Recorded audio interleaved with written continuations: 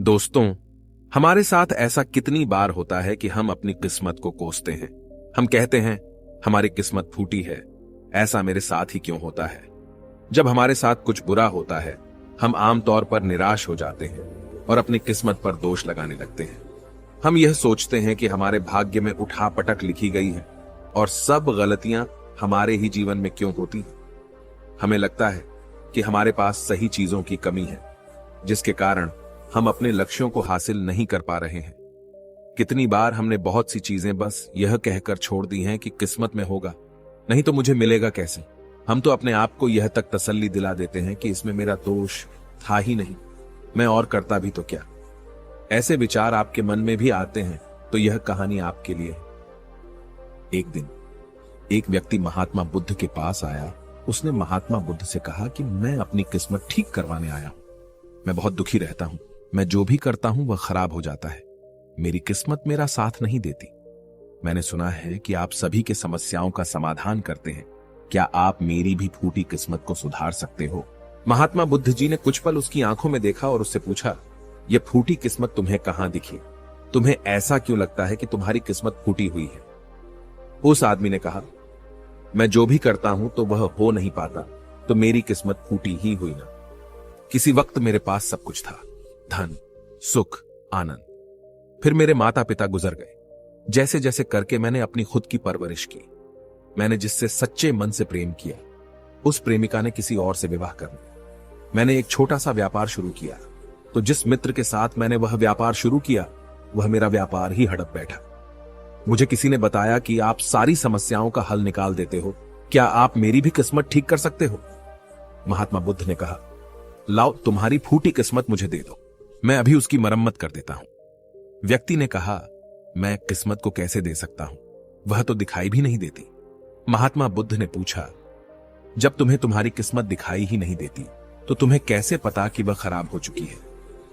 उस व्यक्ति ने सोचकर उत्तर दिया, नहीं, मैंने कभी ऐसा नहीं देखा कि मेरी किस्मत सचमुच खराब हो चुकी है। व्यक्ति ने कहा, मेरी किस्मत खराब है, तभी तो मेरे साथ सब कुछ गड़बड़ हो जाता। मेरे बनाए बनाए कामों पर पानी फिर जाता है। अगर मेरी किस्मत अच्छी होती तो सब कुछ ठीक होता है ना। तो महात्मा बुद्ध ने कहा, तुम ठीक दिखाई देते हो, तुम्हारा स्वास्थ्य भी ठीक लग रहा है, तुम्हारे हाथ पैर भी सलामत हैं, तुम अभी तक मरे नहीं हो। मुझे तो तुम्हारी किस्मत में कोई भी खराबी नहीं लग रही, सब कुछ सही लग रहा है। अगर किस्मत खराब होती तो तुम बीमार होते, तुम्हारा अंग भंग हो जाता या तुम मृत्यु को प्राप्त हो जाते, लेकिन ऐसा तो कुछ भी नहीं है। फिर तुम क्यों कह रहे हो कि तुम्हारी किस्मत फूटी हुई है? व्यक्ति ने कहा, आप समझ नहीं रहे हैं, मेरे ऊपर बहुत कर्ज है। लोग रोज मेरे घर धमकाने आते हैं। जिनसे मैंने कर्जा लिया है वे मुझे मरने तक की धमकी देते हैं। मेरा घर भी उन्होंने छीन लिया है, अभी भी मेरे पीछे पड़े हैं। तो ऐसे में मैं कैसे कह सकता हूं कि मेरी किस्मत सही है? महात्मा बुद्ध ने विचारपूर्वक कहा, तो समस्या गंभीर है। व्यक्ति ने उदासीनता के साथ कहा, जी हां, अब आप समझे ना कि मैं कितने बड़े दुख से गुजर रहा हूं। महात्मा बुद्ध ने आवाज में समझाया, तुम्हारी किस्मत अच्छी है कि तुम जीवित हो इस दुख का सामना करने के लिए, और इस जीवन से ही तुम अपनी समस्याओं का सामना कर सकते हो। व्यक्ति ने कहा, बुद्ध, आप नहीं समझ रहे हो। तब महात्मा बुद्ध ने उससे कहा, समझ तुम नहीं रहे हो, आओ मेरे साथ आओ। महात्मा बुद्ध उसे व्यक्ति को अपने साथ पास वाली नदी के किनारे ले गए और कहा, यह देखो इस बहती नदी को। इस नदी में अगर मैं एक पत्ता गिरा देता हूं तो तुम मुझे बताओ, यह पत्ता किस दिशा में बहेगा? व्यक्ति ने कहा, पत्ता तो नदी के बहाव के साथ नदी की दिशा में ही जाएगा। बुद्ध ने कहा, बिल्कुल सही। अब बताओ, पत्ते की किस्मत किसके हाथ में है? व्यक्ति ने कहा, इस पत्ते की किस्मत नदी के हाथ में है, वह जहां चाहे इसे ले जा सकती है। तो महात्मा बुद्ध ने कहा, लेकिन पत्ते तो मेरे हाथ में है, मैं चाहूं तो इसे नदी में डाल सकता हूं, चाहूं तो नहीं।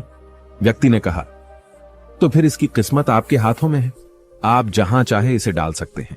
महात्मा बुद्ध ने कहा, लेकिन इस पत्ते की किस्मत मेरे हाथ में नहीं है। मैं जितना भी चाहूं इस पत्ते को सूखने से नहीं रोक सकता। यह सूख ही जाएगा और मर जाएगा।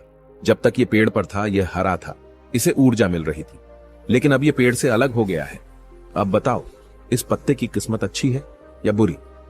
व्यक्ति ने कहा, अब तो इसकी किस्मत बुरी है, क्योंकि अभी अपने पेड़ से अलग हो गया है और ज्यादा दिन जीवित भी नहीं रह पाएगा, धीरे धीरे सूख जाएगा। महात्मा बुद्ध ने कहा, अभी यह मरा नहीं है, अभी भी है, जीवित है, और लाभ यह है कि अभी यह पत्ता वह सब कुछ कर सकता है जो वह पेड़ से लगे रहकर नहीं कर सकता।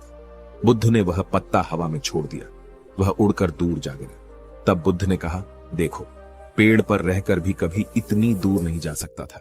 आज इसने स्वतंत्र होकर उड़ने का आनंद लिया है। फिर वह पत्ता उड़कर नदी में जा गिरा। बुद्ध ने कहा, देखा, अब वह पत्ता नदी में तैरने का भी आनंद लेगा।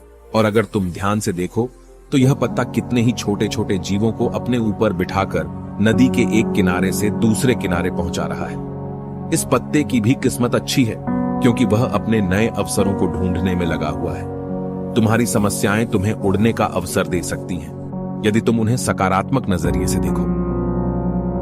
उस आदमी ने वहां खड़ीडीढ़े होकर महात्मा बुद्ध के बातों पर विचार किया। धीरे धीरे उसने पूरी कहानी के पीछे छिपे गहरे अर्थ को समझना शुरू किया।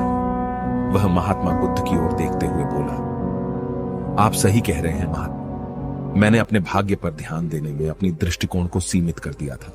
मैं इतना प्रयास कर रहा था कि समस्याओं और मुश्किलों पर ही फोकस करता रहता, जिसके कारण मैं उनमें मौजूद अवसरों को देखने में असमर्थ था।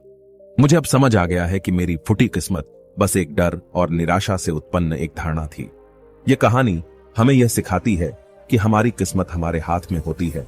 हम खुद अपने जीवन की दिशा निर्धारित करते हैं। हमारी समस्याओं का हल भी हमें ही निकालना होता है। चुनौतियों को एक अवसर के रूप में देखकर हम आगे बढ़ सकते हैं और अपनी किस्मत को सुधार सकते हैं। दोस्तों, ऐसी कहानियां हमें जीवन जीने का तरीका सिखाती हैं। अगर आपको यह कहानी पसंद आई और आप हमारे चैनल पर और बेहतरीन कहानियां देखना चाहते हैं तो सब्सक्राइब जरूर करें।